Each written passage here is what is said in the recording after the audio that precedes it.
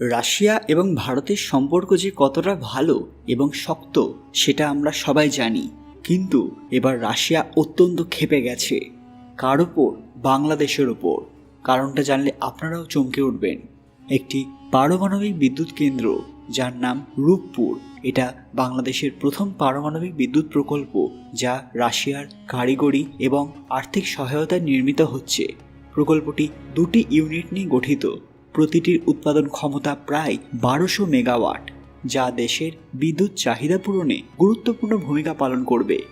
কিন্তু এবার বাংলাদেশ এক এমন কাজ করে বসেছে যা রাশিয়াকে অবধি কাঁপিয়ে দিয়েছে। তারা হয়তো এবার কোনো বড় স্টেপ নিতে বাধ্য হবে।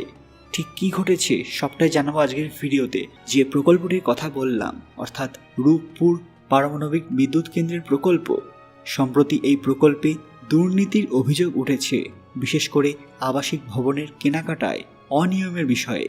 কিন্তু হঠাৎ এমন কি ঘটেছে যা গোটা বিশ্ববাজারে ছড়িয়ে গিয়েছে? রূপপুর প্রকল্পের প্রথম ইউনিটের রিঅ্যাক্টর অ্যাসেম্বলি ইতিমধ্যে সম্পন্ন হয়েছে, যা বিদ্যুৎ উৎপাদনের পথে এটি গুরুত্বপূর্ণ মাইল ফলক। এই প্রকল্পের সফল বাস্তবায়ন বাংলাদেশের জ্বালানি খাতে বৈচিত্র্য আনবে এবং দেশের উন্নয়নে সহায়তা করবে। রূপপুর পারমাণবিক বিদ্যুৎ কেন্দ্রের নির্মাণ প্রকল্পে নতুন করে যেসব তথ্য সামনে এসেছে সেগুলো প্রকল্পের স্বচ্ছতা এবং কার্যকারিতা নিয়ে প্রশ্ন তুলছে। রাশিয়া এই প্রকল্পে যে অর্থায়ন করছে তার বেশিরভাগ সরকারি ক্রেডিট লাইন এবং প্রযুক্তি হস্তান্তরের মাধ্যমে পরিচালিত হচ্ছে।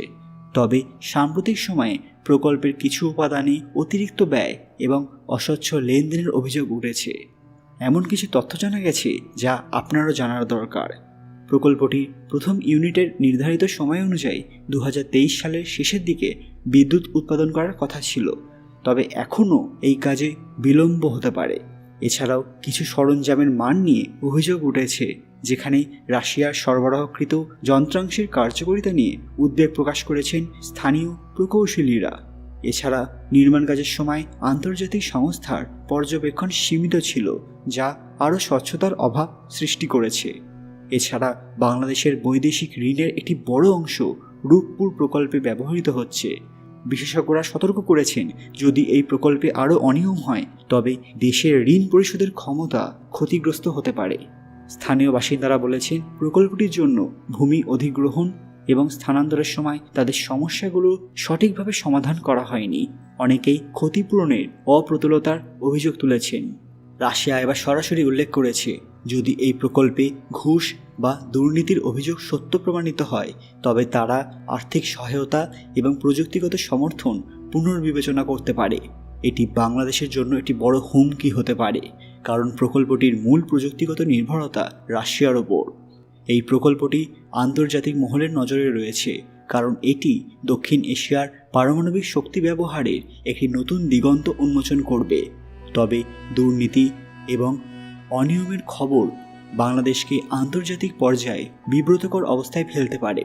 রূপপুর পারমাণবিক বিদ্যুৎ কেন্দ্রের দুর্নীতি নিয়ে ভারতের প্রধানমন্ত্রী নরেন্দ্র মোদী সরাসরি কিছু ব্যক্ত না করলেও ভারত সরকার এটা পরিষ্কারভাবে বুঝিয়ে দিয়েছে যে রাশিয়া ভারতকে যেভাবে বিশ্বাস করতে পারে অন্য দেশকে হয়তো ততটা পারে না। ভারত সাধারণত প্রতিবেশী দেশের অভ্যন্তরীণ বিষয়ে মন্তব্য করা থেকে বিরত থাকে, বিশেষ করে যখন বিষয়টি তাদের অভ্যন্তরীণ রাজনীতির সঙ্গে সম্পর্কিত।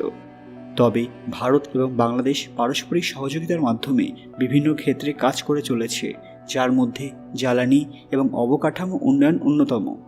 রূপপুর প্রকল্পের মতো বড় মাপের উদ্যোগে স্বচ্ছতা এবং জবাবদিহিতা নিশ্চিত করা উভয় দেশের জন্য গুরুত্বপূর্ণ, যাতে আঞ্চলিক স্থিতিশীলতা এবং উন্নয়ন বজায় থাকে।